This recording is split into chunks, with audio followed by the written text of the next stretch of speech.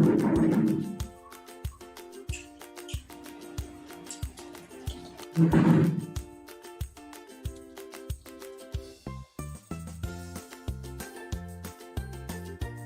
हमने शुरू किया था फंक्शन का टॉपिक और आज हम उसी को आगे कंटिन्यू कर रहे हैं।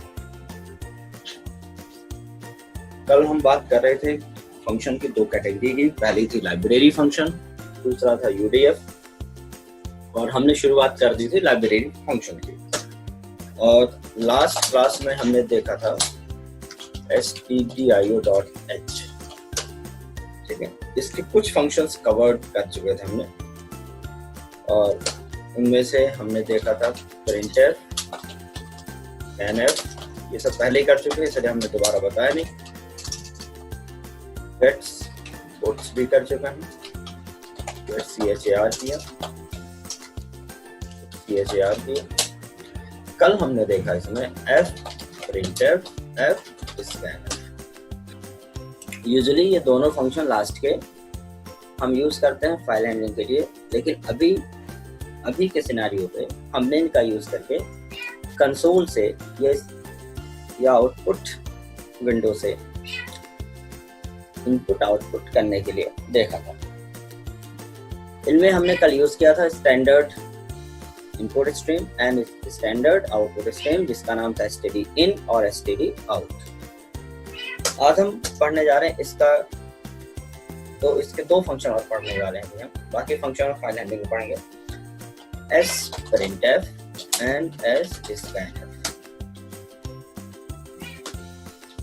तो ये तो था कल का टॉपिक ऊपर जो कल चल रहा था, लास्ट क्लास में हमने कवर किया था। आज हम शुरू करने जा रहे हैं s printf and s scanf। s printf to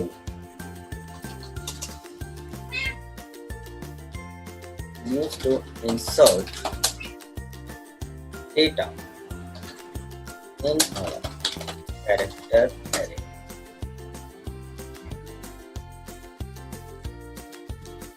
कोई भी डेटा जो आप प्रिंट करते हैं, आप चाहते हैं किसी एरे के अंदर वो इंसर्ट हो जाए, चाहे वो इंटीजर हो चाहे वो फ्लोट हो, कोई भी टाइप का डेटा, तो आप यूज करेंगे s printf का। It will print any type of data by the character array। Other word, convert the output into character array,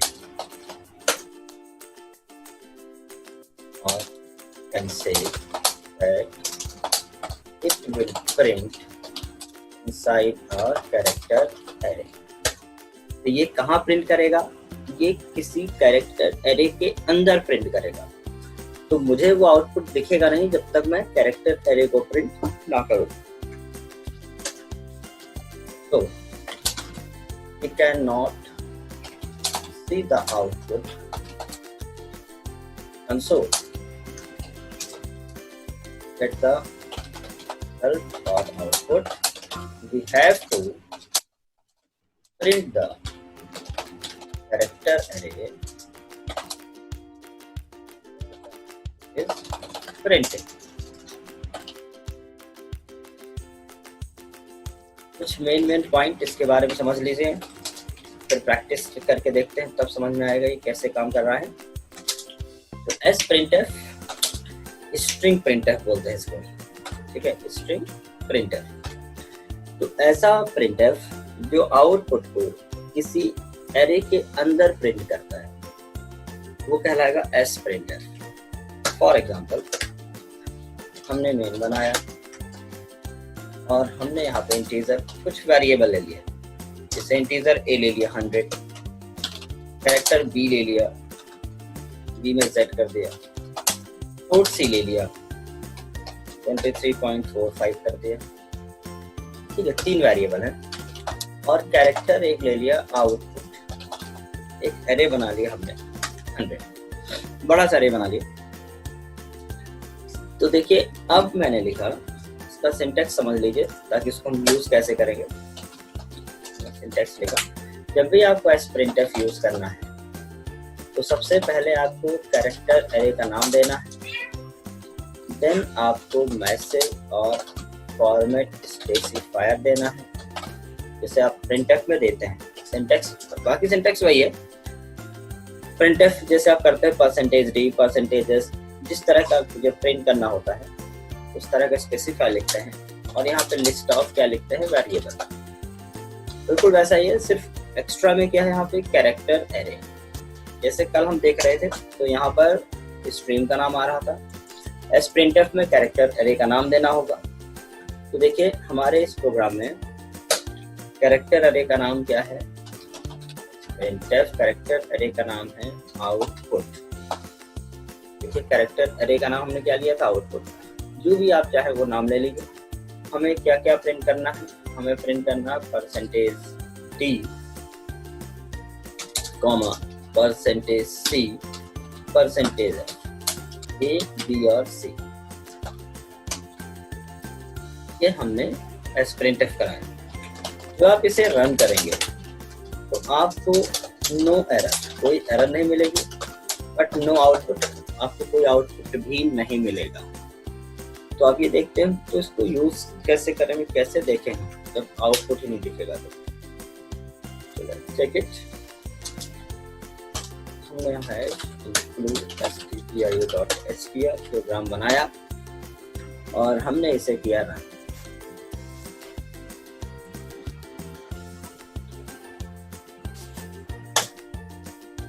तो हमने किया रन, देखिए क्या कोई आउटपुट दिख रहा है स्क्रीन पर, नहीं दिख रहा है। एक्चुअली हुआ क्या है कि जो आउटपुट मुझे दिखना चाहिए था वो आउटपुट इस स्ट्रिंग के अंदर स्टोर है।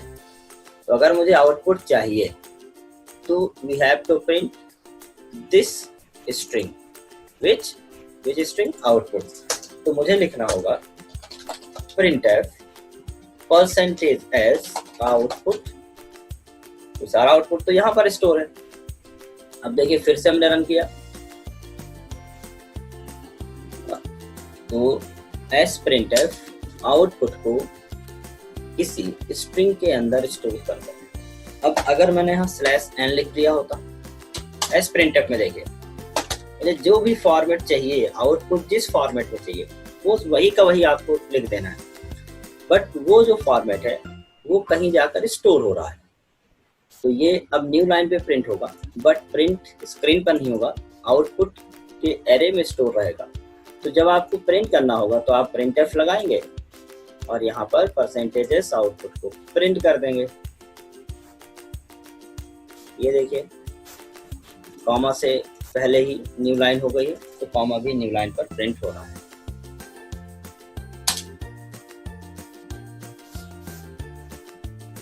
तो मुझे कोडिंग पे जाए,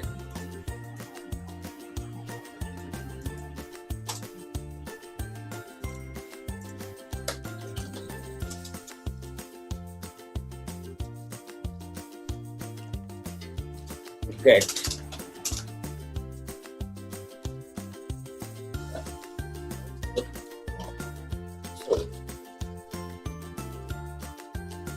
have to print variable, which variable को, output,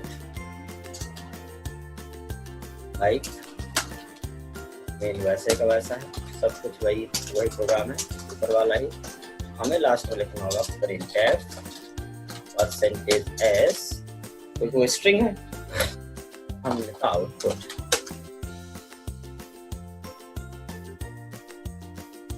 ऊपर का प्रोग्राम सब कुछ वही का वही है। मुझे लास्ट में जाकर क्या लिखना है, printf %s, और जिसमें आपने रखा हुआ आउटपुट उस स्ट्रिंग को प्रिंट कर दिया। कुछ और चीजें समझ लेते हैं। As the output is stored in the form of, we can manipulate it like an array. array मतलब कैरेक्टर array, हम इसे कैरेक्टर array की तरह एक्सेस कर सकते हैं। मतलब अगर हम चाहें तो किसी इंडेक्स से वैल्यू निकाल के देख सकते हैं कि 0 पर क्या है, 1 पर क्या है, इस तरह से।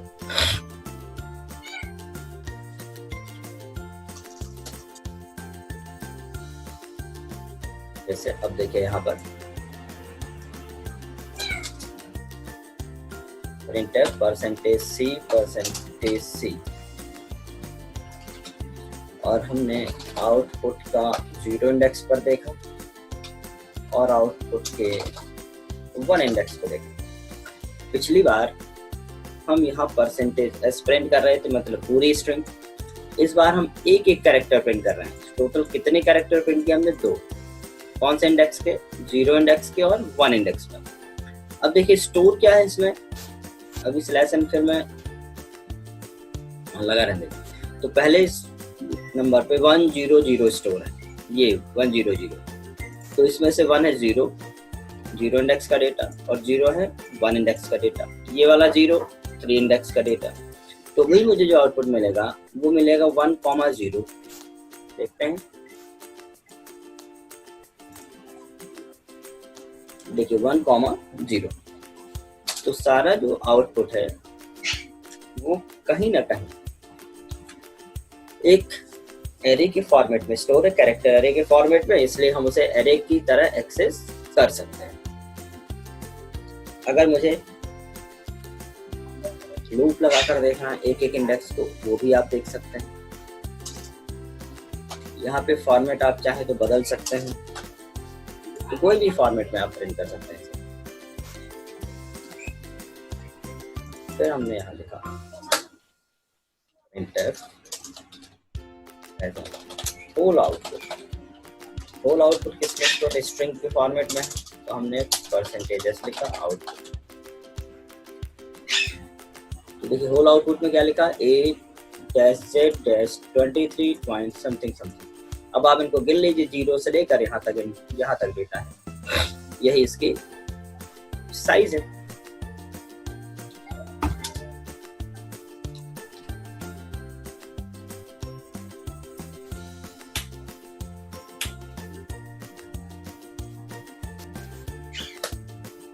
अब देखते हैं scanf।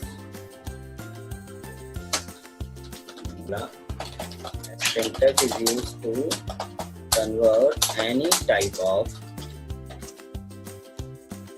data into,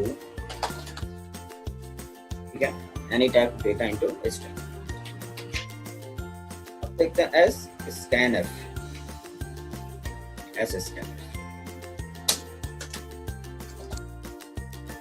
it is उल्टा काम करेगा। It is used to filter different types of data on character array। तो array में कोई डेटा है, अब कैरेक्टर array है मतलब स्ट्रिंग है, और स्ट्रिंग में एक ही स्ट्रिंग में सब कुछ है। देखिए स्ट्रिंग के अंदर हमने भले ही डिफरेंट टाइप का डेटा स्टोर कर दिया, बट स्ट्रिंग बनने के बाद वो केवल स्ट्रिंग बचता है। अब उस स्ट्रिंग में से मुझे अगर डिफरेंट टाइप के डेटा को स्कैन करना है या उनको अलग अलग वेरिएबल में लाना है, तब हम यूज करेंगे scanf। It will to fetch data from a string into different variables। Syntax इसका है scanf, यहाँ पे कैरेक्टर एरे या स्ट्रिंग। अब scanf है तो यहाँ पे फॉर्मेट स्पेसिफायर लगा रहेगा, और यहाँ address of variable 1, address of variable 2, इस तरह से आप उन्हें रीड कर सकते हैं। हाँ, अब ये जरूर है कि जिस सीक्वेंस में डेटा स्टोर है उसी सीक्वेंस में उनको पढ़ा जाए। मतलब अगर इंटीजर पहले स्टोर है उसमें, बाद में कैरेक्टर है, तो पहले %d और बाद में परसेंटेज सी। तो देखिए प्रैक्टिकली देखते हैं इसको। मान लीजिए हमारे पास एक डेटा का एरे, कैरेक्टर एरे है, डबल कोटेड 25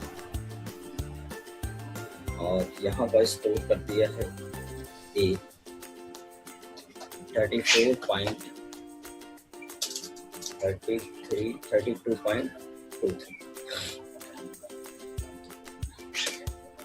तो ये हमारे पास डेटा है। अब ये डेटा एक्चुअल है सिंगल डेटा, तो प्रिंटफ हमने लिखा परसेंटेज एस और हमने किसी को प्रिंट किया डेटा को। देखिए अभी प्रिंट हो जाएगी एक्चुअल स्ट्रिंग 12A32.32। ये पूरी एक स्ट्रिंग है। अब इससे मुझे डिफरेंट टाइप के डेटा को रीड करना है। तो एक हमें रीड करना इंटीजर, एक हमें रीड करना कैरेक्टर और एक हमें रीड करना फ्लोट, बी और सी के। तो हमने लिखा एस स्कैनफ, डेटा से स्कैन करो। पहले percentage D, then percentage C, then percentage F, address of A B and C. और अब हमने देखा कि क्या डेटा डिफरेंट डेटा टाइप में कन्वर्ट हुआ, क्या 3 अलग अलग डेटा क्या निकले। तो हमने यहाँ पर अब लिखा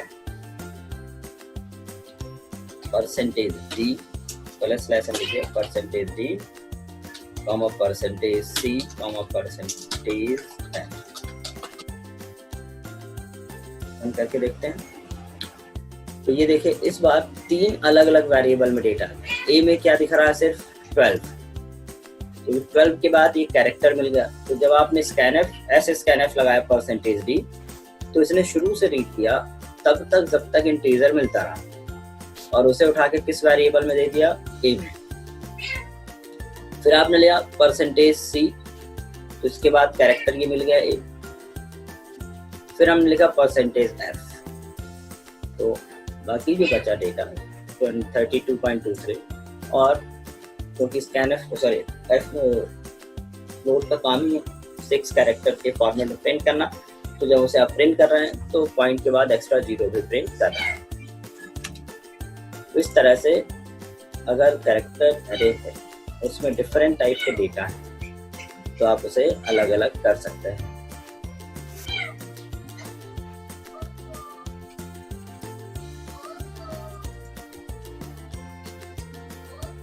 So these functions are basically designed to work in graphical format of C, या हम ये कह सकते हैं for graphical application.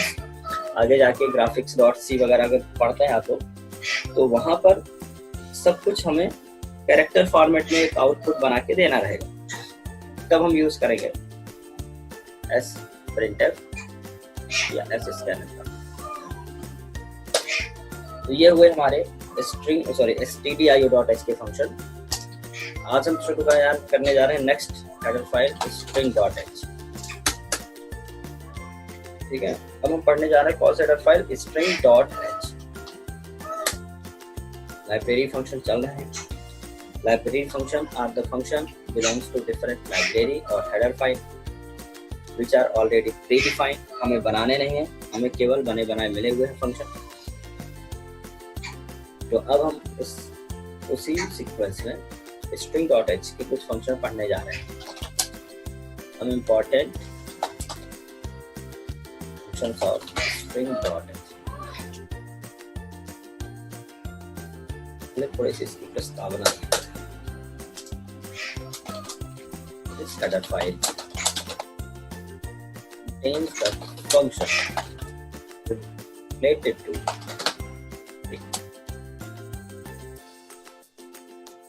it helps manipulate in different ways। कुछ फंक्शन देखिए कौन कौन से हैं। strlen, स्ट्रिंग की लेंथ देखना है। तो हम यूज करेंगे str_len फंक्शन। देन बताएगा how many characters are stored in string, use to get the number of characters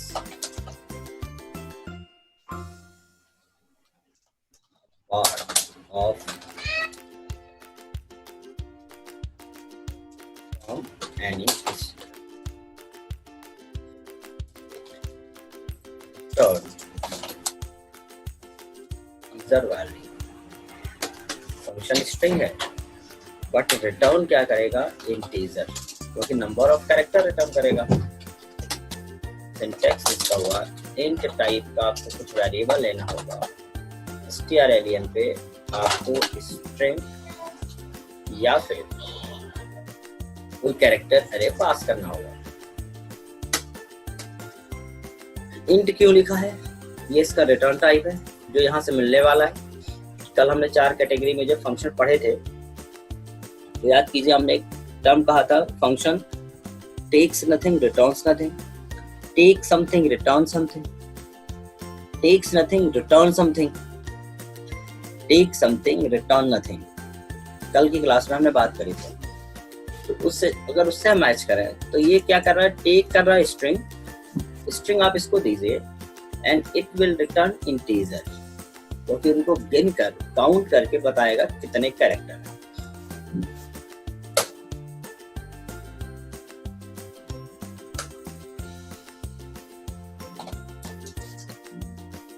It is different from size of operator।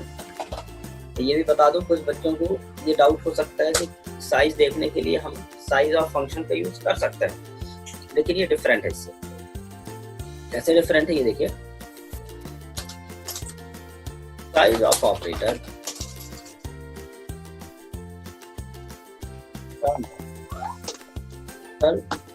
Length और size of the array, total size दिखाएगा। जैसे हमने array बना लिया, suppose कीजिए 20 buffer, तो उसका size 20 ही होगा, भले उसमें 3 कैरेक्टर ही क्यों ना स्टोर हो, बट हमने क्योंकि बफर उसमें 20 बना लिया तो 20 दिखाएगा। But strlen function will only count the total number of stored characters। एक एग्जांपल से देखिए, हमने यहाँ लिखा मेन इंटीजर एक ले लिया हमने साइज, और कैरेक्टर एक ले लिया नेम, सपोज 20। ठीक है, हम यूजर से भी इनपुट ले सकते हैं। तो हम यूजर से इनपुट लेने के लिए हमने लिखा प्रिंटर इंटर नेम, लिख दे यहाँ पे गेट, ताकि स्पेस के साथ भी हो तो प्रिंट। ये साइज इक्वल टू, पहले हमने कौन सा ऑपरेटर लगा, साइज ऑफ नेम, तो हमने प्रिंट किया size of name equal to percentage D size. फिर हमने लिखा size equal to strlen of name. ये फंक्शन जो हमने अभी पर जिसके बारे में बात करी, तो strlen बताएगा कि आपने कितने कैरेक्टर का नेम स्टोर किया। साइज से कोई इसको लेना देना नहीं, साइज 20 है, बट अगर आपने राम स्टोर किया तो उसकी नेम की लेंथ 3 है। एक चीज और मैंने लिखा, अपार्ट ऑफ नल कैरेक्टर, क्योंकि जब आप इनपुट करते हैं तो स्ट्रिंग में लास्ट में /n जुड़ जाता है, तो राम और /n, तो /n को छोड़कर टोटल कितने कैरेक्टर हैं, 3। तो it will include space also. एक चीज और लिख दूं मैं यहाँ पे, स्पेस को गिनेगा, मतलब as a character. Count as character. तो अब यहाँ पर हमने इसको देखा और प्रिंटर किया हमने /n, टोटल एंड साइज नहीं, लेंथ ऑफ मतलब कैरेक्टर, ये भी परसेंटेज डी में ही आएगा। और हमने फिर से साइज को प्रिंट किया। पहली बार साइज में साइज ऑफ से निकाला है साइज, दूसरी बार हमने str_len से निकाला है।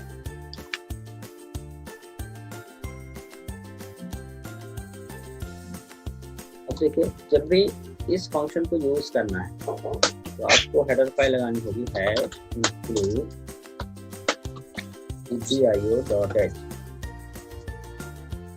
Run inter name. देखिए मैंने इंटर रहा, साइज ऑफ नेम 20 दिखा रहा है क्योंकि हमने साइज तो 20 ही ली थी, लेकिन टोटल लेंथ ऑफ स्ट्रिंग क्या दिखा रहा है, 3। ठीक है, तो क्लियर हुआ। str_len क्या दिखाएगा, स्ट्रिंग में नंबर ऑफ कैरेक्टर कितने हैं। फिर से मैंने रन किया, इस बार हम दिया राम कुमार सोनी, गिन लीजिए जरा, RAM 3 कैरेक्टर, देन स्पेस 5 या 9 और एक स्पेस करके 10 हो गई, और 10 + 4 14। तो size of name 20 and length of name 40। Function I hope समझ में आ गया आपको। फंक्शन का नाम क्या है, strlen। इंपॉर्टेंट फंक्शन की बात हो रही है। दूसरा फंक्शन है strcpy, to copy assign a string into a string variable or character to use to copy or assign the string into string variable or character array. As we know, we cannot assign the string using assignment operator after the declaration of string.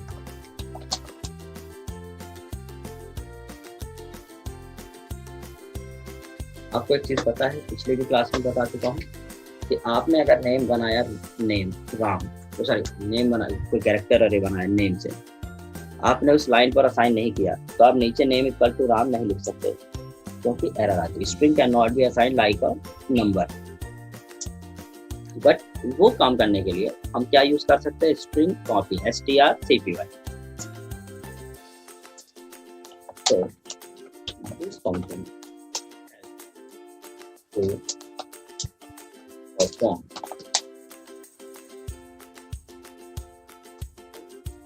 of assignment,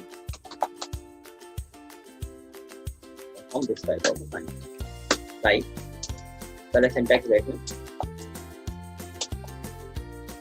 syntax इसका strcpy। यहाँ पर target variable जिस पर copy करनी है, comma, then यहाँ पे हम क्या लिखेंगे, स्ट्रिंग वैल्यू जिसकी कॉपी करनी है, strcpy। टारगेट वेरिएबल मतलब जिस पर कॉपी करनी है, स्ट्रिंग वैल्यू मतलब जिसकी कॉपी करनी है। तो एक एग्जांपल है, एग्जांपल में ऐड इंक्लूड लगा लेना है, स्ट्रिंग डॉट नेम की बात, यहाँ कैरेक्टर नेम ले लिया, वही वाला एग्जांपल कर दिया। अब देखिए हमने ऊपर असाइन नहीं किया, अगर हम नेम इक्वल टू लिख देंगे राम तो इट विल बी एरर।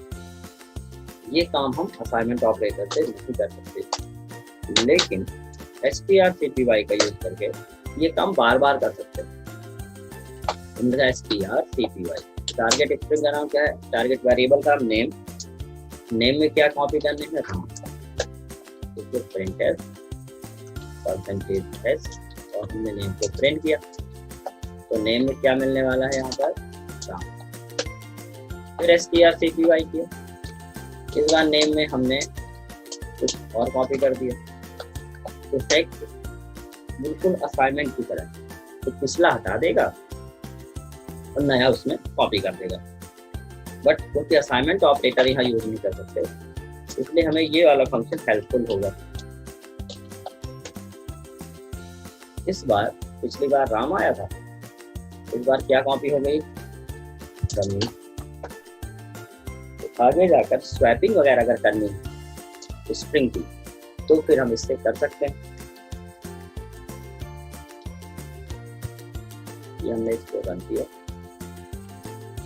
देखिए राम और फिर रमेश। चेक करना आपको ये वाली लाइन एरर आएगी क्या, उसको कमेंट हटा के फिर चलाएं। ये देखिए एरर आ ही रही है।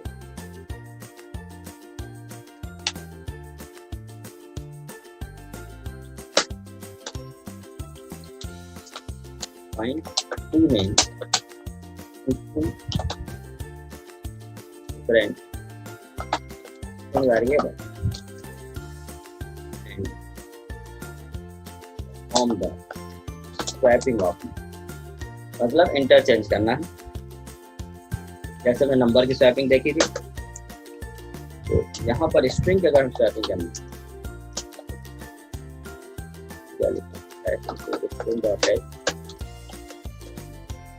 यहाँ पर लिया कैरेक्टर NM1। देखिए आप डायरेक्ट असाइन कर सकते हैं उस लाइन पर जहाँ पर स्ट्रिंग डिक्लेयर हो रही है।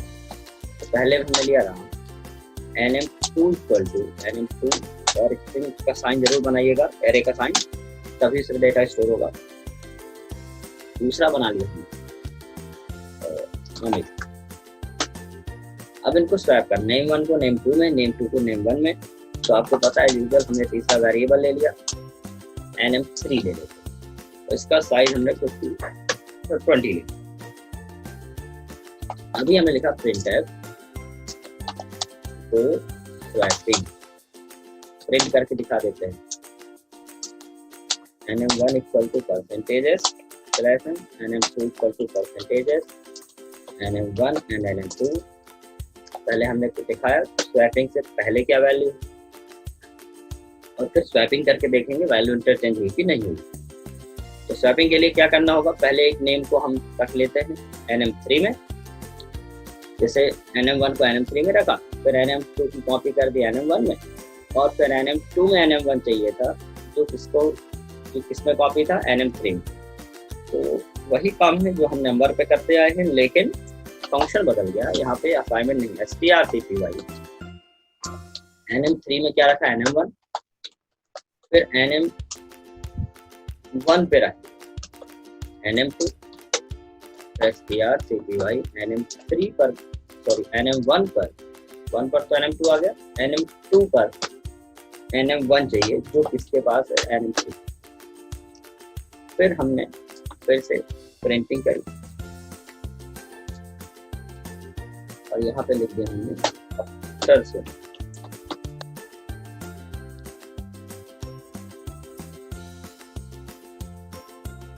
चेक करते हैं प्रोग्राम को।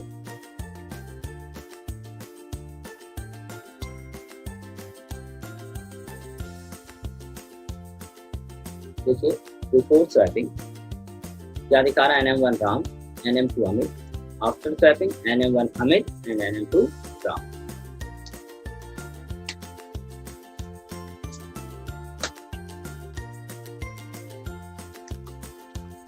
तो कौन सा फंक्शन हुआ, strcpy स्ट्रिंग कॉम। पहला क्या था strlen, दूसरा हुआ strcpy, तीसरा है strcat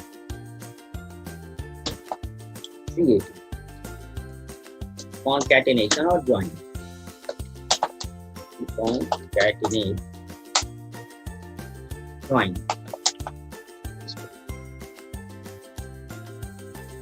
It will append any string at the end of another string। एक स्ट्रिंग के एंड में लास्ट में दूसरी वाले को इंसर्ट कर दो। सिंटैक्स क्या कहता है इसका,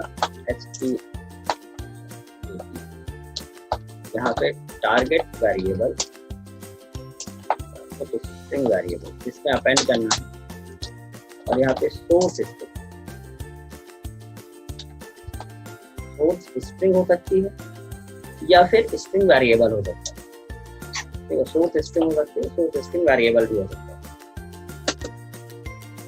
एग्जाम्पल मान लीजिए हमारे पास एक नाम मतलब है स्ट्रिंग डॉट